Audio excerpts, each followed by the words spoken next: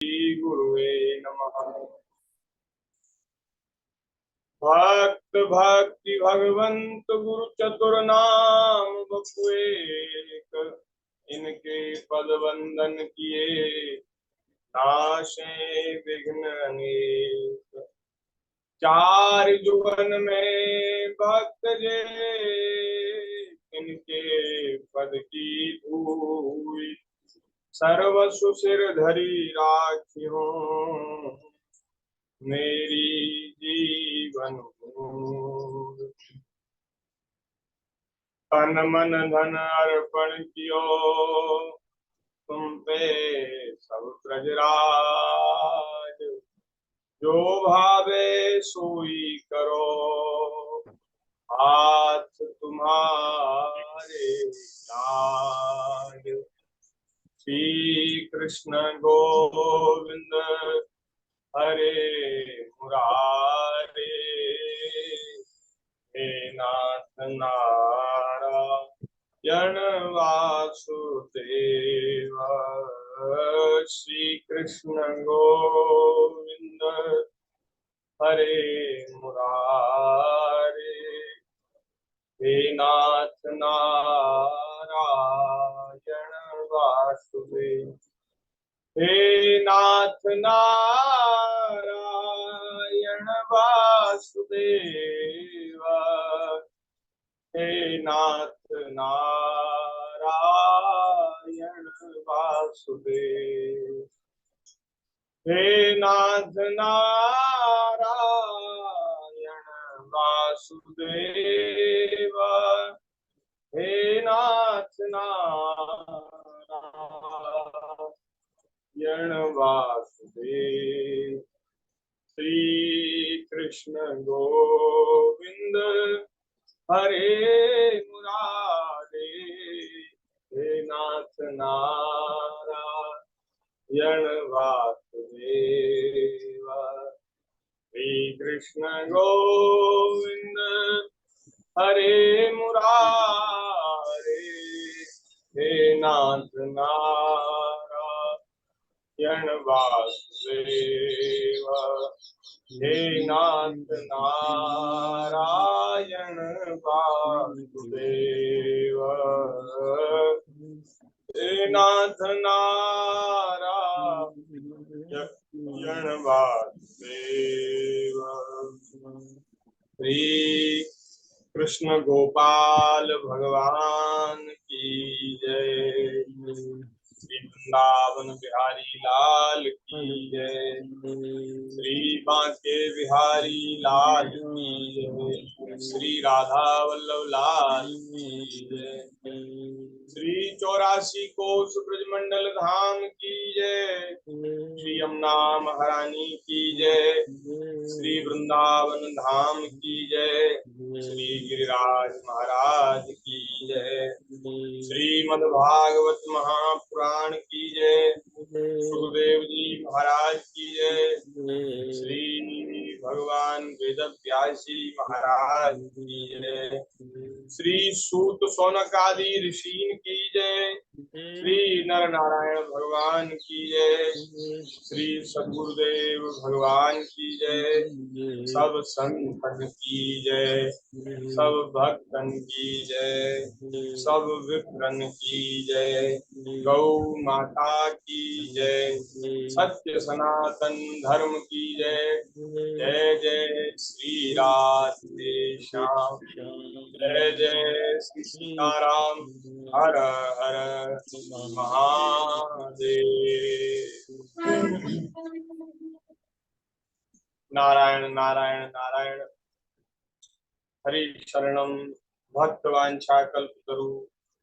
भक्त वत्सल शरणागत वत्सल, दीन बंधु दया सिंधु, असंख्येय कल्याण गुणगण निलय, अकारण करुणालय, सच्चिदानंद घन मूर्ति आनंद कंद भगवान श्री वृंदावन बिहारिणी बिहारी जी की महती कृपा करुणा से हम सभी को मानव जीवन का सर्वोत्कृष्ट सर्वश्रेष्ठ फल सत्संग श्रीमद् भागवत जी की मंगलमयी कथा के माध्यम से अपने अपने घरों में बैठ करके प्राप्त हो रहा है। ये श्री ठाकुर जी की हम सब लोगों के ऊपर बड़ी कृपा है। हम सब लोग बड़े सौभाग्यशाली हैं। यहाँ ब्रज की भूमि में अत्यंत पवित्र श्री यमुना जी के परम पावन तट पर बैठ करके भागवत जी का आश्रय लेकर के हम यहाँ कुछ निवेदन करने का प्रयास कर रहे हैं, और आप सब लोग अपने अपने घरों में बैठ करके विज्ञान का सदुपयोग करते हुए भागवत जी की इस विस्तृत चर्चा, इस रसमयी चर्चा का रसास्वादन कर रहे हैं।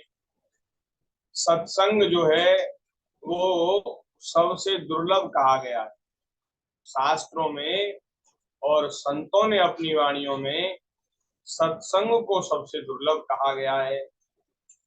और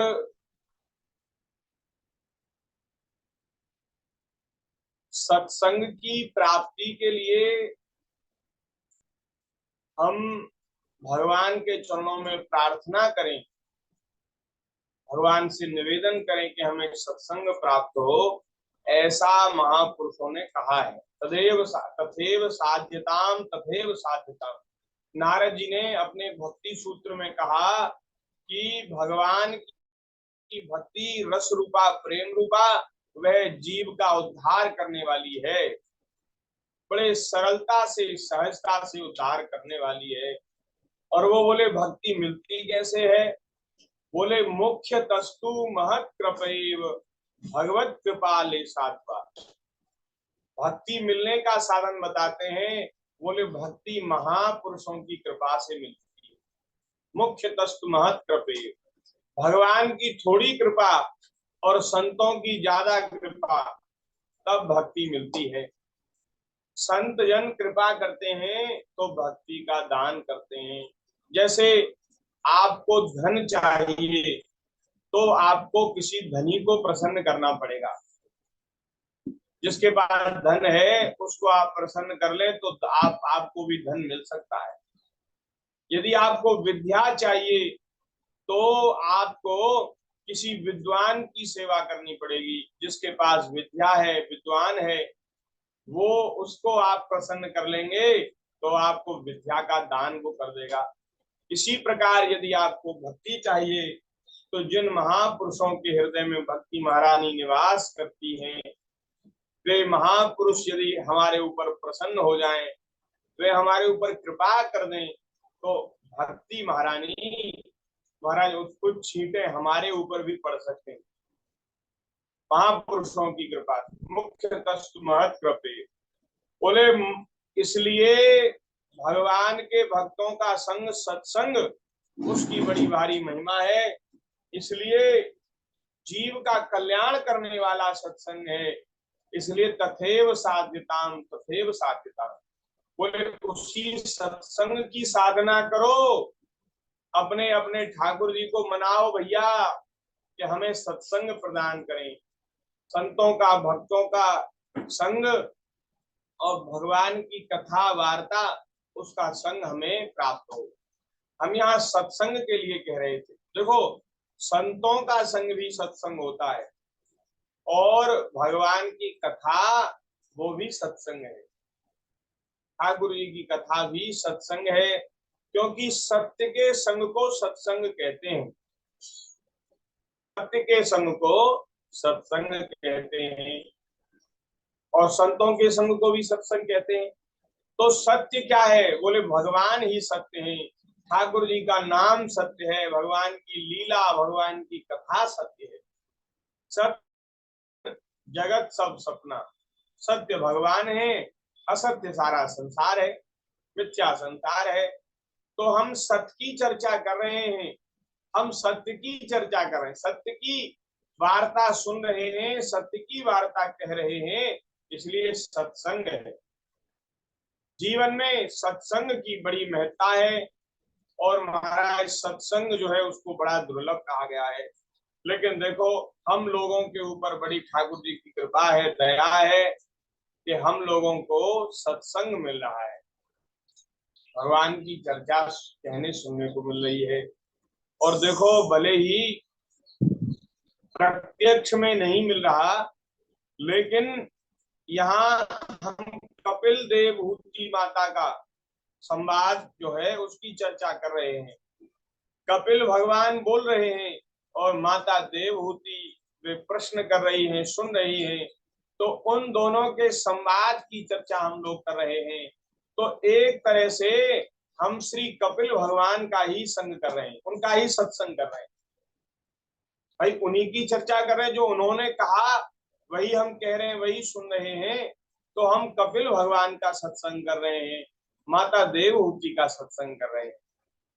तो ठाकुर जी की दया है, कृपा है, जो हमें नित्य प्रतिदिन सत्संग के रूप में भगवान की कथा कहने सुनने का अवसर प्राप्त हो रहा है। श्रीमद् भागवत जी की मंगलमयी चर्चा चल रही है तृतीय स्कंद में, और 25वें अध्याय में चल रहे हैं। कई दिन से 25वां अध्याय चल रहा है। अब उसमें महाराज एक दिन थोड़ी कम चर्चा हो पाई रात में, फिर दूसरे दिन थोड़ी ठीक से चर्चा हुई शनिवार को 1-1.5 घंटे चर्चा हुई। फिर रविवार को अवकाश रहा, और फिर कल सोमवार को भी ऐसी लीला भई कि वो आधा घंटा ही सत्संग हो पाया। फिर उसके बाद हम सब लोगों का संपर्क टूट गया, तो फिर आगे चर्चा नहीं हो पाई। तो 4-5 दिन हो गए और ये 25वां अध्याय पूरा नहीं हो रहा। लेकिन आज इसको पूरा करके फिर आगे बढ़ेंगे। और कल हम चर्चा कर रहे थे, देखो, हाँ, हम ये कल विचार कर रहे थे कि हम लोग समझते नहीं है कि सत्संग कितना दुर्लभ है। सत्संग की एक एक घड़ी, एक एक क्षण जब हम भगवान की चर्चा सुन रहे हैं, कह रहे हैं, वो हमारे बड़े पुण्य से, बड़े सौभाग्य से वो हमें मिलता है। एक एक क्षण सत्संग का हमें बड़े सौभाग्य। नहीं तो बताओ, अगर हम आसानी से सहजता पूर्वक कर पाते तो कल क्यों कनेक्शन कट गया? कल फिर क्यों नहीं जुड़ा कनेक्शन? अरे भैया, ठाकुर जी की कृपा होती है, भगवान की दया होती है, हमारे बड़े पुण्य होते हैं, बड़ा हमारा सौभाग्य होता है, तब हमें सत्संग मिलता है। नहीं तो संसार में इतने विघ्न बाधाएं हैं कि कब आप विघ्न बाधाओं से ग्रसित हो जाएं और कब आप बिल्कुल सत्संग से दूर हो जाएं, आप चाह करके भी नहीं कर सकते। ऐसी ऐसी बाधाएं संसार में उत्पन्न हो जाती। तो इसलिए हम सब लोगों को अपने मन में बड़ा धन्यवाद का भाव, आभार का भाव, कृतज्ञता का भाव ठाकुर जी के प्रति होना चाहिए, रखना चाहिए कि हे प्रभु, आप ऐसी कृपा कर रहे हैं, जो इतना सुंदर अवसर, सुंदर संयोग हमें प्राप्त हुआ है कि भागवत जी की मंगलमयी चर्चा, जो पुराण सम्राट हैं, सभी पुराणों में सर्वश्रेष्ठ हैं, पुराण तिलक हैं, वैष्णवों का जो धन है, जो भगवान का ही स्वरूप है, ऐसी भागवत जी की चर्चा, जो ज्ञान, भक्ति, वैराग्य, मुक्ति, भुक्ति सब कुछ देने वाली है, ऐसी भागवत जी की चर्चा हमें विस्तार से सुनने को मिल रही है। इसलिए हम लोगों को कृतज्ञ होना चाहिए ठाकुर जी। बोलिए भक्त वत्सल भगवान की जय। मुझे तुमने मालिक बहुत कुछ दिया है, तेरा शुक्रिया है, तेरा शुक्रिया है। मुझे तुमने मालिक बहुत कुछ दिया है, तेरा शुक्रिया है, तेरा शुक्रिया है। खाली था धामन, खाली था दामन, तूने भर दिया है, तेरा शुक्रिया है, तेरा शुक्रिया है। सत्संग मिल गया तो सब कुछ मिल गया। इसलिए मुझे तुमने मालिक सभी कुछ दिया है, मुझे तुमने मालिक सभी कुछ दिया है, तेरा शुक्रिया है, तेरा शुक्रिया राम बिहारी लाल की जय। श्री माता देवहूति ने पूछा कि हे भगवान, भक्ति का स्वरूप क्या है, भक्ति किसे कहते हैं? भगवान ने बताया, देवानाम गुणलिंगानाम आनुश्रविक कर्मणाम सत्व एवेक मनसो वृत्ति स्वाभाविकी तु यः अनिमित्ता भागवती भक्ति सिद्धेर्गरीयसी जरयत्याशुया कोशम निगीर्ण मनलो यथा। भगवान ने कहा कि जो विषयों का ज्ञान कराने वाली हैं और जो कर्मों में लगी हुई हैं, वे कर्मेंद्रिय और ज्ञानेंद्रिय, वे कर्मेंद्रिय ज्ञानेंद्रिय दोनों प्रकार की जो इंद्रियां हैं, उनकी स्वाभाविकी प्रवृत्ति भगवान में हो जाए, श्री हरि के प्रति हो जाए। हमारी इंद्रियां स्वभाव से सहज रूप से ठाकुर जी में लग जाएं, और उसी को भक्ति कहते हैं, उसी को भक्ति कहते हैं। और ये जो भक्ति है ना, ये मुक्ति से भी बढ़कर है।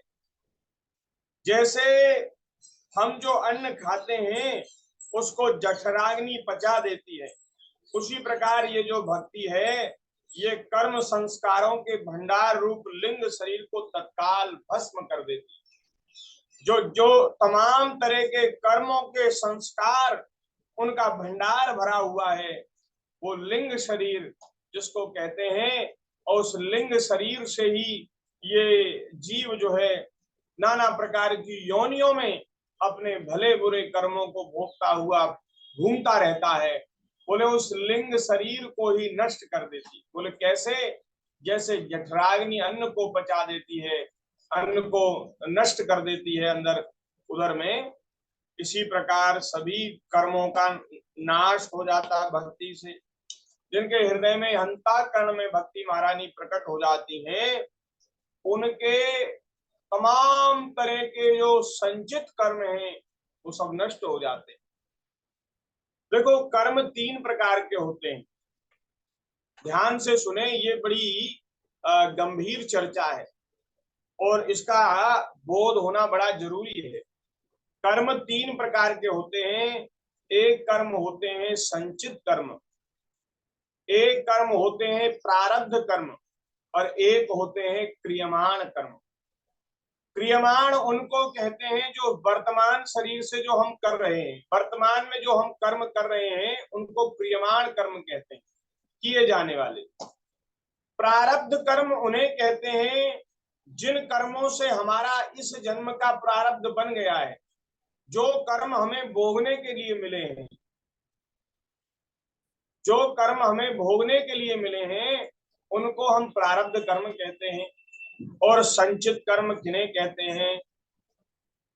संचित कर्म कहते हैं उन कर्मों को जो कर्म हमने तमाम तरह की योनियां धारण करके किए, और वे कर्म इकट्ठे होते गए, इकट्ठे होते गए, और महाराज वो जो हम इस शरीर से कर्म करते हैं ना, वो हमारे किसी एक शरीर के द्वारा भोगे जाने योग्य नहीं है, वो हमें अनेक शरीरों से भोगने पड़ते हैं।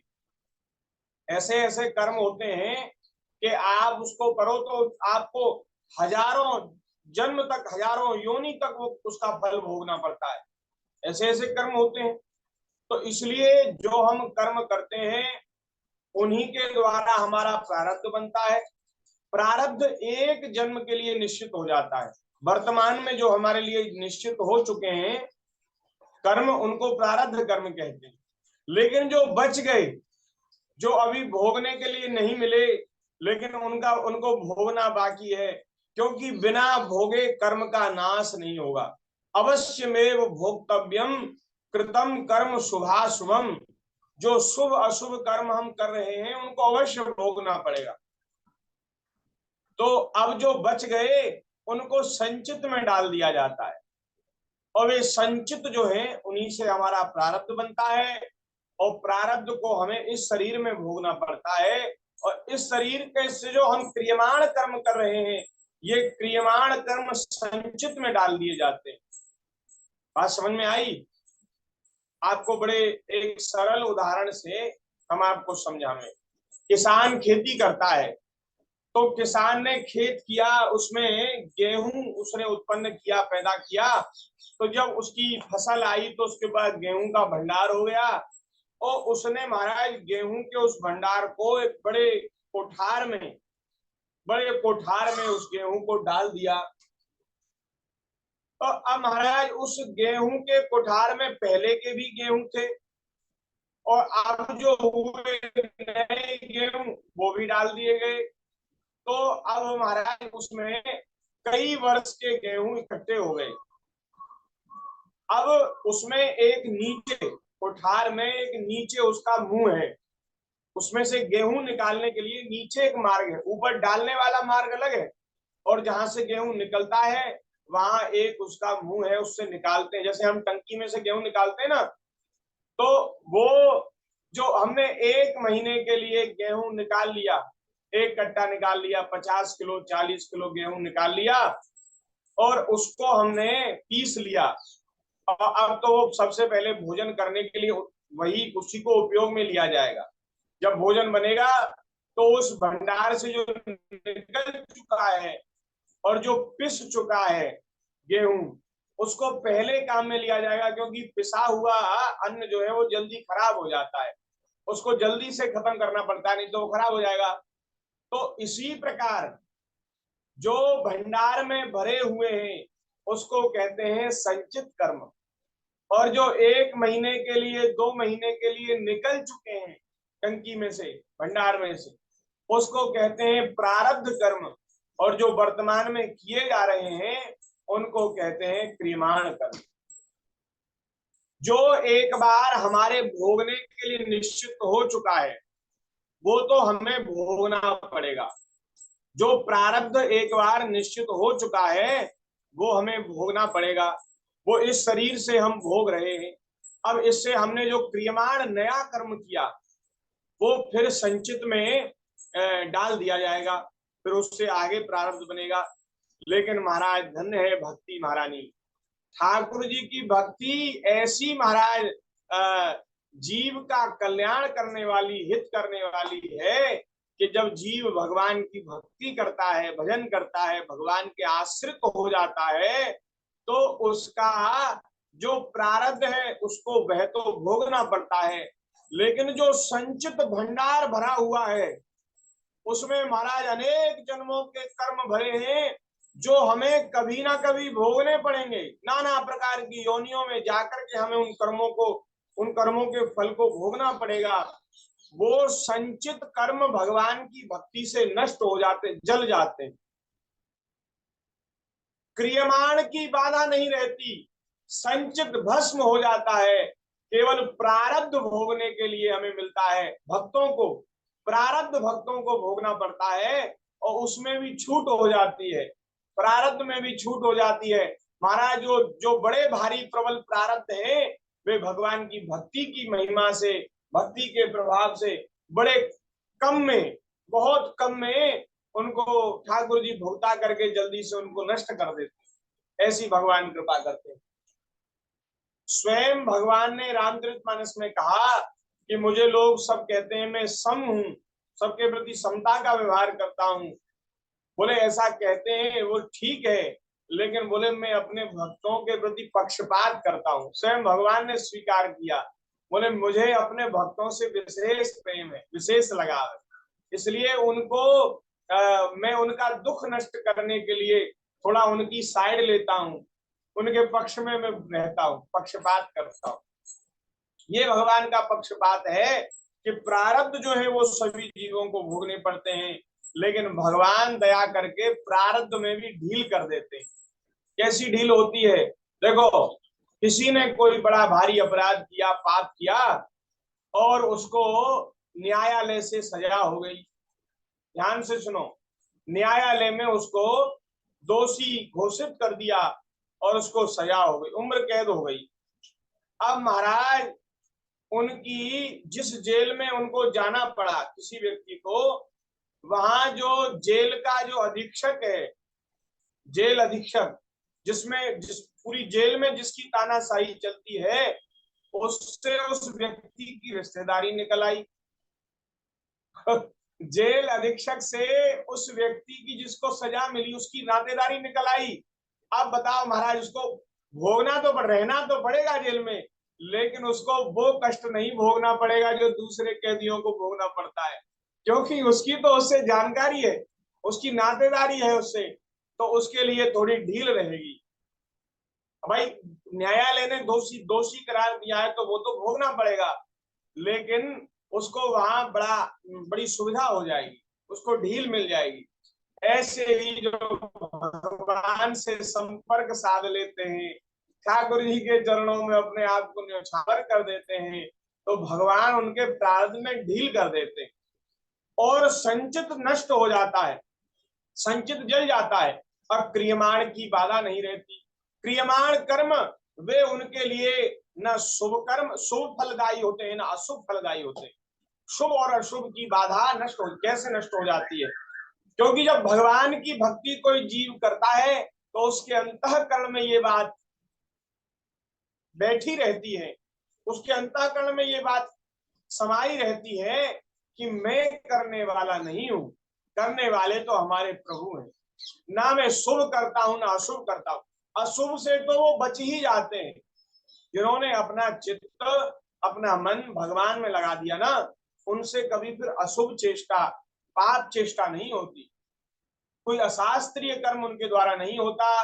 क्योंकि अशास्त्रीय कर्म तभी तक होता है जब तक अंतःकरण मलिन है, मन जो मैला है ना, तो मैले मन के द्वारा ही संसार में पाप क्रिया बनती है।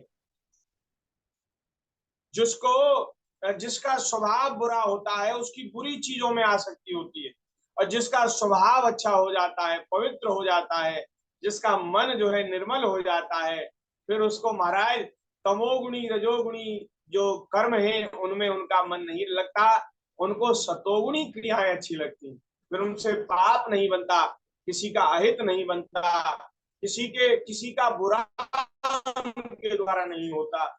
अब अशुभ तो नष्ट हो गया, अशुभ तो करते नहीं, और कभी कोई प्रारब्धवश कुछ हो जाए तो भी उसकी बाधा नहीं रहती, क्योंकि जिसने शुभ भगवान के चरणों में समर्पित कर दिया ईमानदारी से, जिसने अपना सारा धर्म कर्म अपना पुण्य सब कुछ भगवान के चरणों में समर्पित कर दिया, उनके अशुभ भी भगवान स्वयं ले लेते हैं। बोले जब इसने सब कुछ मेरे ही चरणों में समर्पित कर दिया तो अब इसको पाप पुण्य का फल भोगना नहीं पड़ेगा।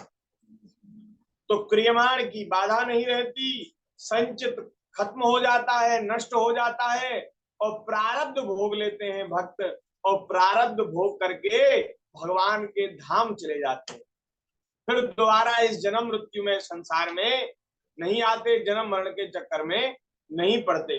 अब लोग ये प्रश्न करते हैं, बोले महाराज भक्ति करने से क्या लाभ?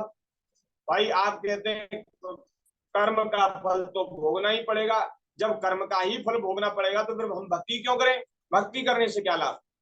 तो और कई कई लोग तो ऐसा कहते हैं, हमसे भी बहुत लोग कहते हैं, हमने भी सुना है, अरे महाराज भक्तों को ज्यादा दुख पाना पड़ता है, भक्तों के जीवन में ज्यादा कष्ट आते, ज्यादा परीक्षाएं आती है। तो हमने उनसे यही कहा कि देखो प्रारब्ध में जो लिखा है वो तो भोगना पड़ेगा, उसमें ठाकुर जी की दया से ढील तो होती है। लोगों को तो ऐसा लगता है कि क्या हो गया, लेकिन भक्तजन जानते हैं, वे उनके अंतःकरण की जो जो अनुभूति है वो उसका प्रमाण है कि ठाकुर जी कितनी दया करते, कितनी कृपा करते। हम तो घोर नरकों में जाने वाले थे, लेकिन ठाकुर जी ने कृपा करके अपने हाथों में ले लिया, अपनी गोद में ले लिया, और अब छोटे मोटे दुख सुख हम भोग लें, कोई चिंता नहीं। अब तो भैया बस जन्म मृत्यु में संसार से पिंड छूट जाए और ठाकुर जी के धाम में चले जाए, अब छोटे मोटे दुख की परवाह नहीं है। एक दिन हमने चर्चा की थी, तुम्हारे वास्ते मोहन सभी दुख हम उठाएंगे, ना मुख मोड़ेंगे जीवन की, तुम्हें बाजी लगाएंगे। तो भैया जीवन की बाजी लगाने के लिए तैयार हैं, ये छोटे मोटे दुख क्या क्या बिगाड़ेंगे हमारा। तो भक्तों के हृदय में ये रहता है। और अब महाराज संसार के लोगों को तो दिखता है जो प्रकट है, लेकिन जो भक्तों के तमाम संचित कर्म नष्ट हो गए, जो इतना भंडार था कर्मों का, जो हजारों लाखों जन्मों में भी नहीं भोगे जा सकते थे, इतना बड़ा भंडार भगवान ने दया करके नष्ट कर दिया। अब थोड़े